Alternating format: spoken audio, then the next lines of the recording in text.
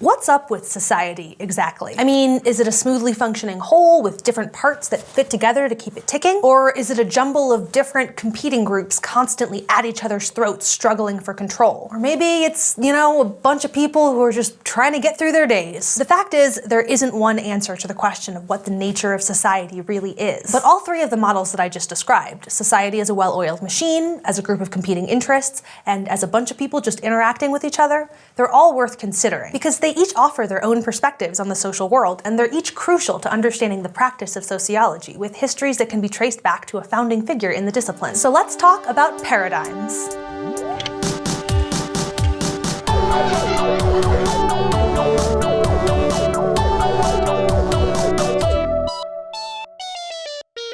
A paradigm is not some kind of high-tech parachute, and it doesn't equal 20 cents. Instead, a paradigm is basically a model for how you think about things, a set of concepts and theories that frames your perspective on a certain topic, whether it's Russian literature or public art or the laws of physics. And in sociology, theoretical paradigms are key. These paradigms are the fundamental assumptions that sociologists have about the social world, the ones that guide their thinking and research. And that might sound kind of prejudicial at first, like you're going into the study of society with certain biases in mind. But you need the assumptions that these paradigms provide because raw facts don't interpret themselves. Raw facts are things like the unemployment rate last year was 5%, or Sam is 6 feet tall, or today a group of people with signs blocked the highway. By raw, I mean that these facts are just simple descriptions of empirical reality, and they don't come pre-interpreted. Is 5% an acceptable unemployment rate, or should we be trying to lower it? Is 6 feet tall actually tall? And are protesters who are blocking a highway disrupting the order of society, or are they struggling for their interests? The answer to that last one is, of course, both. But the important thing to understand is that either answer requires you to make some assumptions about the social world. The other important thing is that these two different answers will be useful in different situations for answering different kinds of questions. For instance, if you're trying to understand how and why society can hold together at all,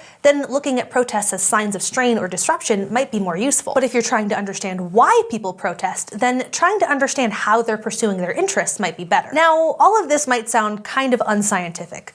Physics doesn't need interpretation exactly, math doesn't need multiple perspectives, but actually they do. All scientific disciplines make assumptions about the world, and all scientific disciplines use different perspectives depending on the questions they're asking. In physics, you can understand a bouncing ball as a nearly uncountable multitude of fundamental particles, each with its own wave function, and all held together by different kinds of forces at the quantum scale. Or you can just understand it as simply X number of grams of rubber moving through space. The perspective you take will dramatically change what kinds of questions you want to ask. All sciences ask different kinds of questions and have different assumptions for answering them, and raw facts always need some kind of perspective in order to make them useful. Now, if we want to talk about different kinds of questions and perspectives in sociology, a good place to start is with something we brought up last episode.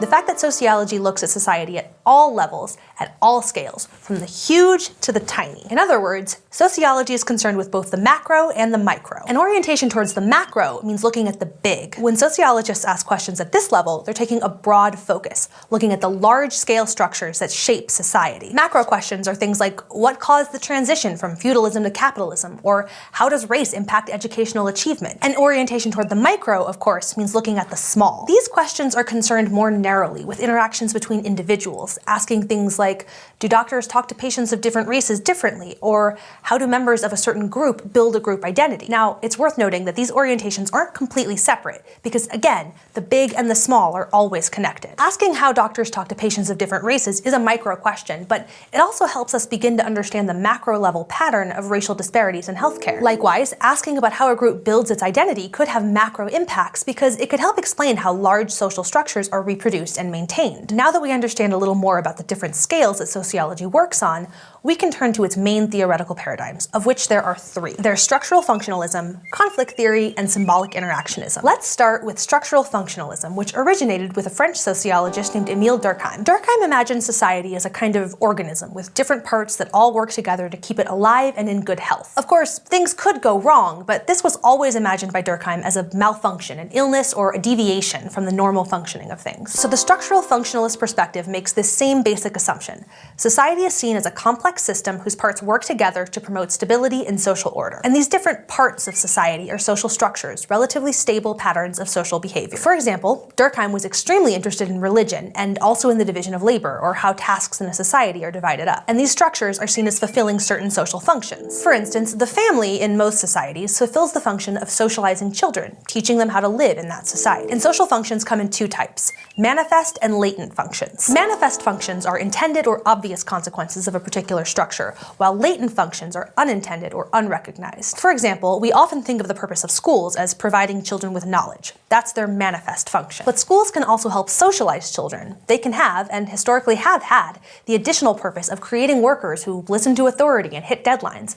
That's a latent function. Now, along with functions, we also have social dysfunction, which is any social pattern that disrupts the smooth operation of society. Technological development is a powerful driver of economic improvement, for example, which is a useful function, but it's also a destabilizing force. New machines can put people out of work. Someday soon, we may see the social dysfunction of thousands of long-distance truckers being displaced by self-driving vehicles. And this brings us to one of the problems with structural functionalism. Since it sees society as fundamentally functional and stable, it can be really bad at dealing with change. It can be bad at providing good explanations for why change happens, and it can also interpret bad things in society as having positive functions which should therefore not be changed. To take an extreme example, a structural functionalist view might imagine that poverty, although harmful to people, is functional for society because it ensures that there are always people who want work. So this view might see any attempts at alleviating poverty as being potentially damaging to society. It's in areas like this, however, where conflict theories shine. In contrast to structural functionalism, conflict theories imagine society as being composed of different groups that struggle over scarce resources like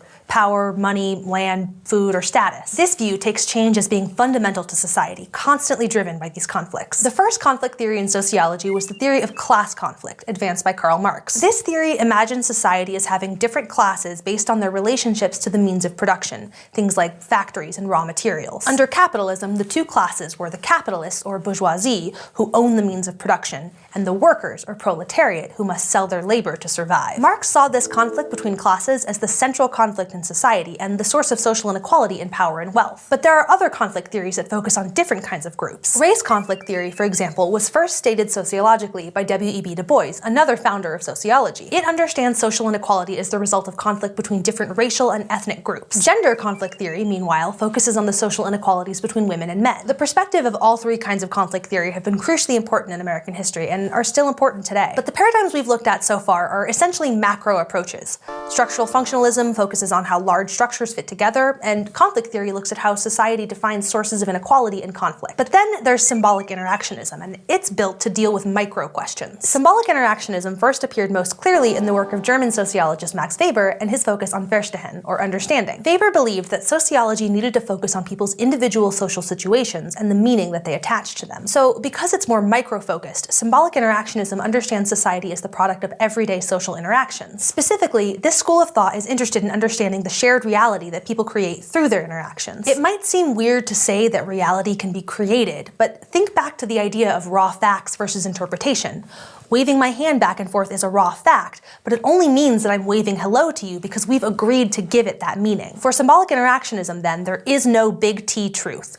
Instead, it looks at the world that we create when we assign meaning to interactions and objects. A handshake is only a greeting because we agree that it is.